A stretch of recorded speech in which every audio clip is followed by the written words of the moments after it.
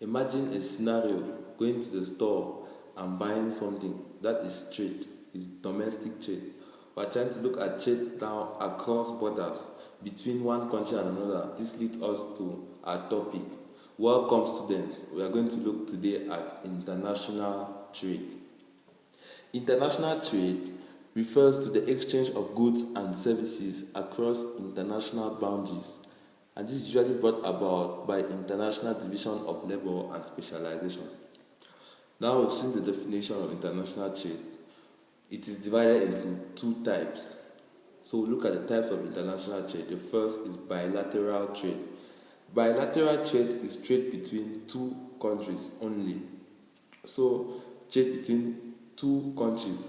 So we'll look at example Cameroon and Nigeria. These are two countries. Assuming trade between Cameroon and Nigeria, assuming Nigeria buys euro only from Cameroon, that is bilateral trade. Trade between Nigeria and Cameroon is bilateral trade.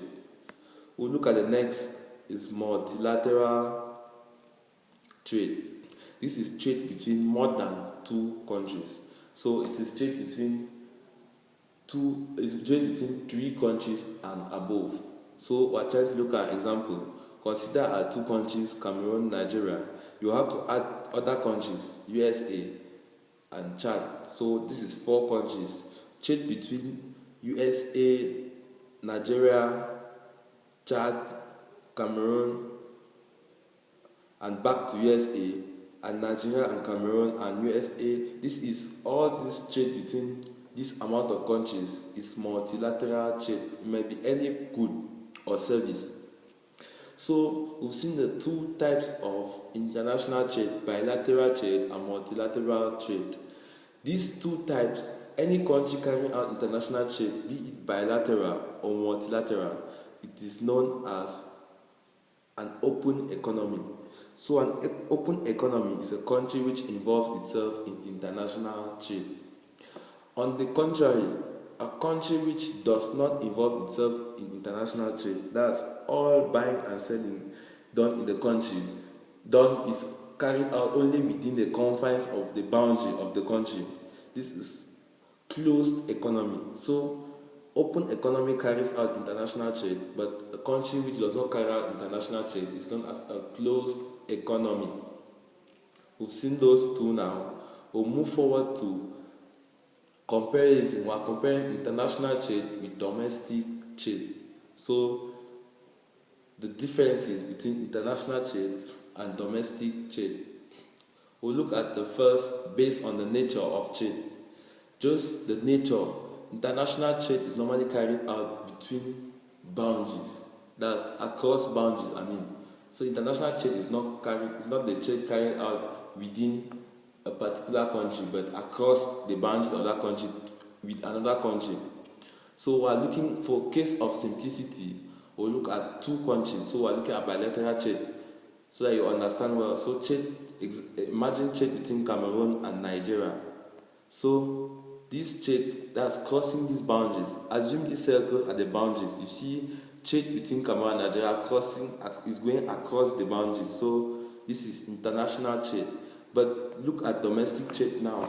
It is trade only within the confines of a particular country. So it does not cross boundaries. Look at Cameroon. Assume this circle as a boundary. You see trade does not. Well, look at Cameroon and Nigeria. Two different countries. Look at domestic trade in Cameroon. It does not cross this circle, the confines. It does not cross the boundary of Cameroon. And trade in Nigeria remains also in Nigeria. That's trade only within Nigeria. Buying and selling of goods and services only within the boundaries of a particular country. We'll look at the difference between international and domestic trade in relation to the medium of exchange. So medium of exchange has to do with the currency. So looking at international trade, we look at more than one currency. Because with international trade, the currency of all the countries involved have to also be involved. So for simplicity, again, we look at bilateral trade. Trade between, example on the previous page, Nigeria and Cameroon, we have to look at two currencies, the Cameroon franc CFA, and this is the picture, and the Nigerian naira, this is the picture. I'm sure all of you are familiar with the Cameroon currency, and this is the Nigerian currency, the picture down here. So while looking international trade between two countries, Cameroon and Nigeria, two currencies are involved, the Cameroon franc and the Nigerian naira. But look at domestic trade only within Cameroon, like going to the store here and buying goods and buying anything, bread or something in a store. You deal only with the Cameroon currency, the Cameroon CFA francs. So we are seeing domestic trade in Cameroon deals only with one currency, but across borders between Cameroon and Nigeria deals with the Cameroon franc and the Nigerian naira. So this is a large difference between domestic and international trade. The next we look at the restrictions. Restriction. With international trade, it involves a lot of restrictions. International trade has a lot of restrictions in its carrying out. We'll look at the restrictions in the form of tariffs. Tariffs are indirect taxes added on imports in order to increase the prices of the imports and make domestic goods more competitive than the imports. So tariffs are usually imposed by the government of a country, like for example Cameroon may impose tariffs on imports on foreign groundnut oil. This is so that locally made groundnut oil will be more competitive or cheaper with respect to the imports, because the imports will have to add the price of the import plus their original price to cover the cost that the import has cost them. So tariffs are restrictions. Also, we look at quotas. Quotas are restrictions in the form of limitations on the amount of a particular good or service which can be imported into a country at over a particular period of time. So this very groundnut oil we're talking about can be limited to like 1,000 bottles maximum can be imported into Cameroon per year. This is to help support domestic industries and to avoid dumping. That's avoid throwing of wastage of unneeded products into our economy, hence destroying the domestic firms producing that good. The next factor we can look at under restrictions is exchange controls. Government uses exchange controls. This is governments of a country, we could say Cameroon, may limit, imagine trade between Cameroon and Nigeria. Government may limit the amount of francs which could be changed or exchanged into nairas, or so that you see there's naira and there's francs. In order to buy something from Nigeria as a Cameroonian, you must buy the Nigerian currency so that you will use in order to buy something from Nigeria.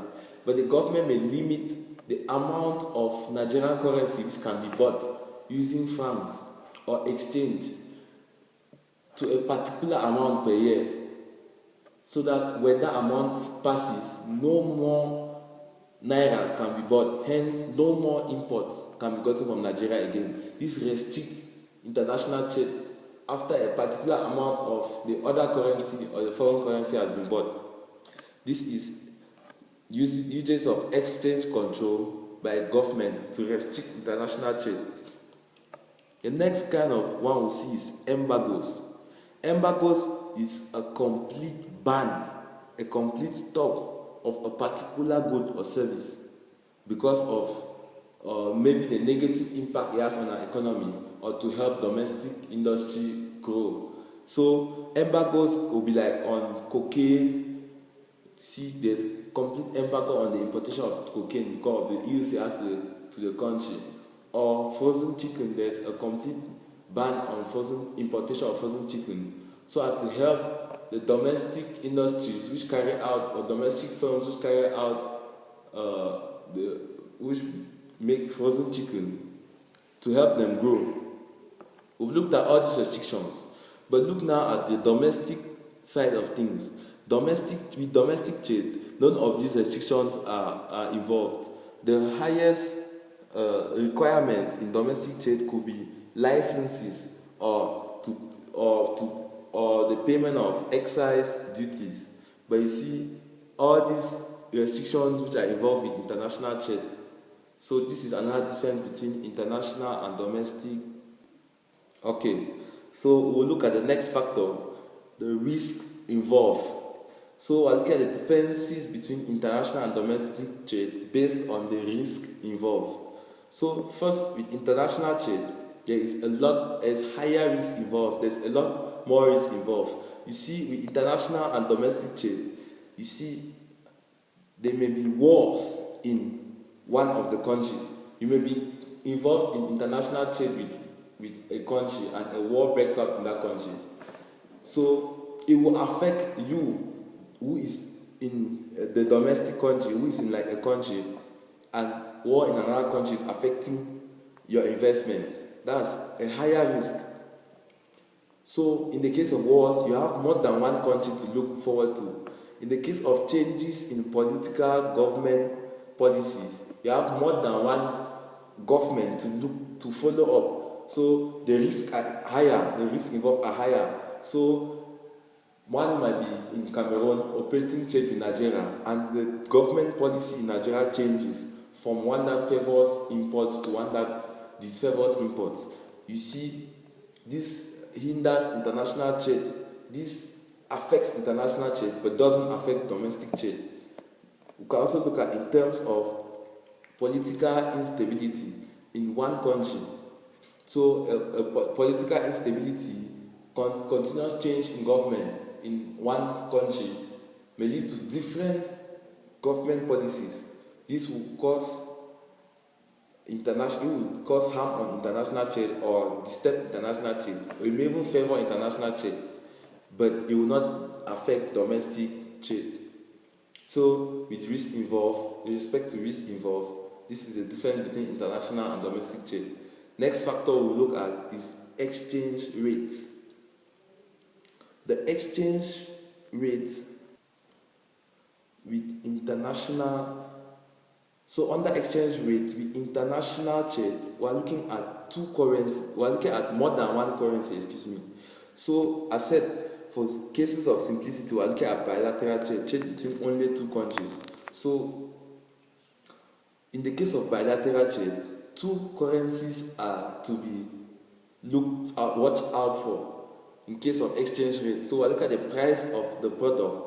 So you're looking at two prices, the price of the product itself and the price of one currency in terms of another.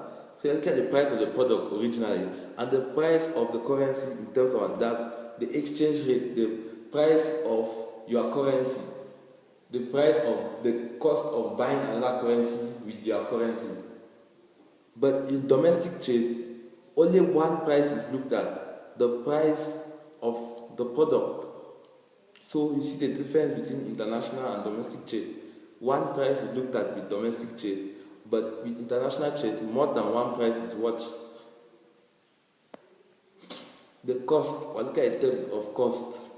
Usually, costs in international trade are higher than costs in domestic trade because of what I told you, because of factors like we saw above, the restrictions. So tariffs make international trade, imports prices higher, make the cost of import higher, and other factors, transport costs also make international trade higher than domestic trade.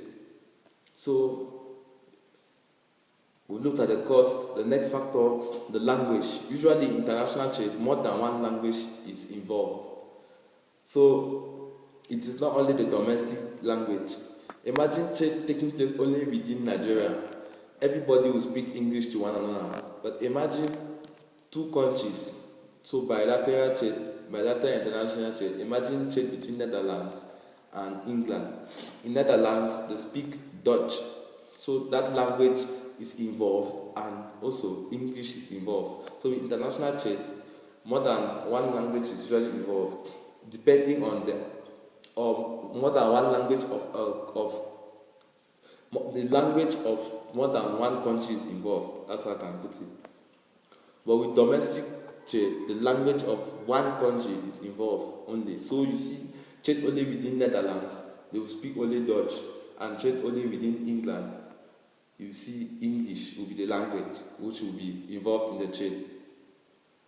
Now we've seen all of these factors, the differences between international trade and domestic trade. So we'll see that regardless of all these differences, whether it is international trade or domestic trade, similarity or they are similar in that they involve the exchange of goods and services for a particular price. So in the end, they all fall under trade. Coming back to international trade, we're trying to look at the reasons for international trade. So why is international trade important? Why do countries not only stick to domestic trade? We look at the first reason, the differences in the climate and geology. So some particular climate, it's very obvious that every country has a different climate and geological structure. So some of these climate and geological structures favor the growth of particular types of products. So you see, some products are prosperous in warm climates. Some are more prosperous in hilly areas, and this leads to you see other countries which cannot produce some particular goods because of their climate and geological structures will be able to benefit from these goods or services regardless of their shortcomings because of international trade. So we can look at, you see, the plains favor the growth of swam rice. So in Cameroon, you see the climate of the favors the growth of swam rice. So other countries which cannot grow rice will be involved in international trade with Cameroon to get this rice. Also, we can look at the climate of Italy favors the production of lemon, and most of the world's cocoa comes from the West Africa and Brazil because of their climate and geological structure, which favor the growth of these products. Next factor is uneven distribution of natural resources. Natural resources are normally, as the name, they are natural. We came and met them, but they are uneven.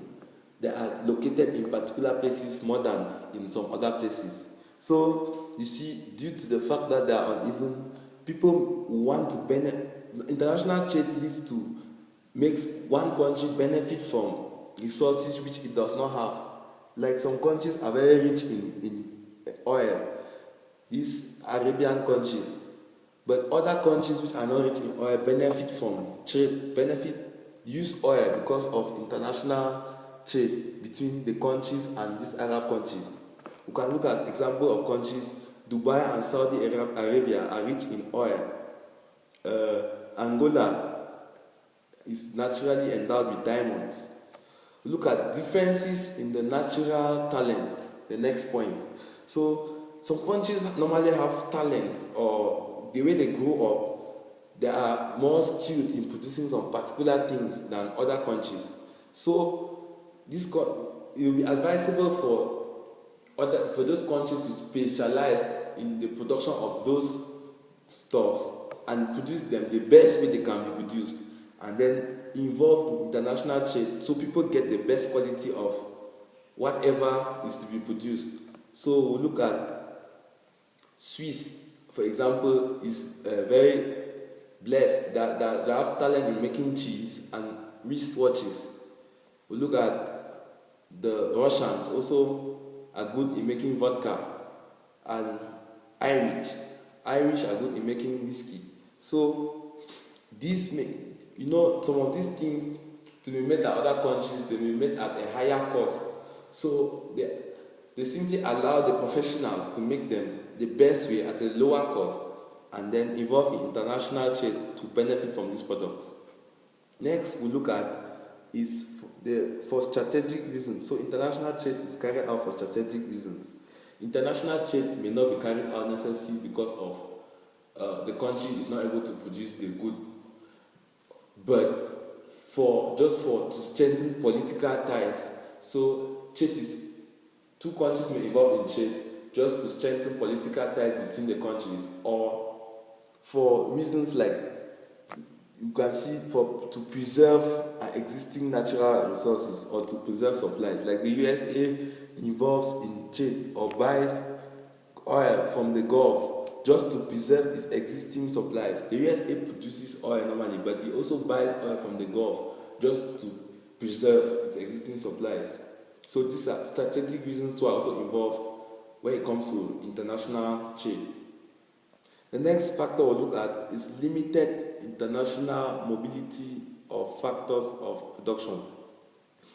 Factors of production are limited in their mobility across borders. Land, labor. Land cannot move across borders. Land is not mobile. Labor is subject to a lot of restrictions moving across borders, even capital. So rather, the output of these factors of production is what is benefited, is what crosses borders. So international trade now is so that though these factors of production cannot cross, the output of these factors of production can be benefited in any of the countries. So you see, this factor is very good. You see,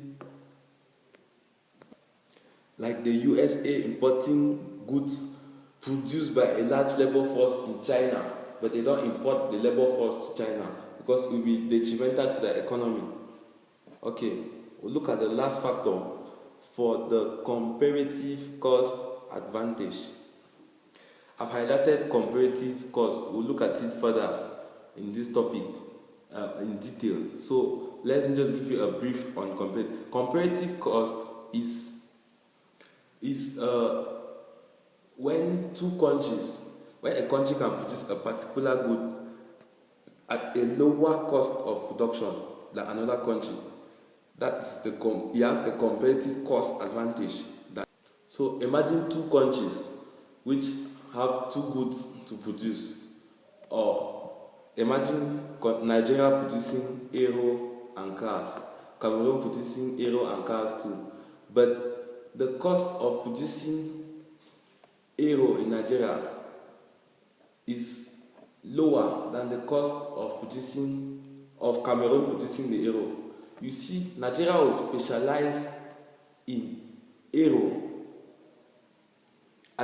So competitive cost, like countries may import goods they can produce already, but in order to benefit from specialization and exchange. So the principle of comparative advantage requires that countries should specialize in the production of those goods which they have a relative advantage and the least comparative disadvantage.